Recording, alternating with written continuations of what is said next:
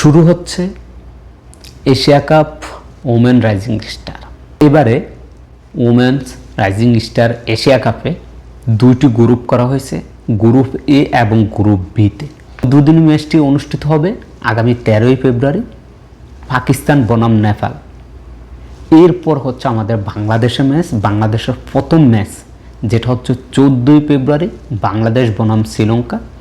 বাংলাদেশের দ্বিতীয় ম্যাচ হচ্ছে গিয়ে 16ই ফেব্রুয়ারি বাংলাদেশ বনাম থাইল্যান্ড, এবং বাংলাদেশের তৃতীয় ম্যাচ অর্থাৎ সর্বশেষ ম্যাচ 18ই ফেব্রুয়ারি বাংলাদেশ বনাম মালদ্বীপ।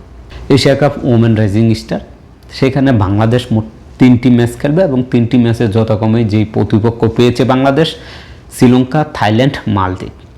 এবার আসেন এই দুইটি গ্রুপ থেকে টপ দুটি দল করে মোট 4টি দল সরাসরি সেমিফাইনাল খেলবে, এবং এই সেমিফাইনালটি অনুষ্ঠিত হবে 20ই ফেব্রুয়ারি সকালে একটি, বিকালে একটি, দুইটি শুরু হবে।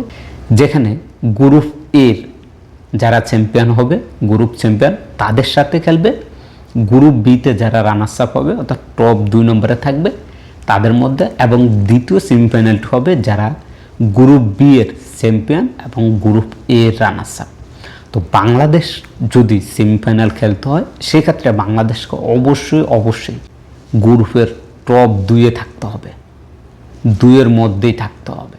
যেমন বাংলাদেশ, শ্রীলঙ্কা, থাইল্যান্ড এবং মালদ্বীপ, 3টি দলের সাথে 3টি ম্যাচ থেকে 2টি ম্যাচ কমপক্ষেই জিততে হবে বাংলাদেশকে, তাহলে বাংলাদেশ সেমিফাইনালে যাবে। এবং সেমিফাইনালে বাংলাদেশ যদি জয় নেয় সেক্ষেত্রে বাংলাদেশ ফাইনালে দেখা হবে প্রতিপক্ষ যারা ফাইনালে আসবেন তাদের সাথে।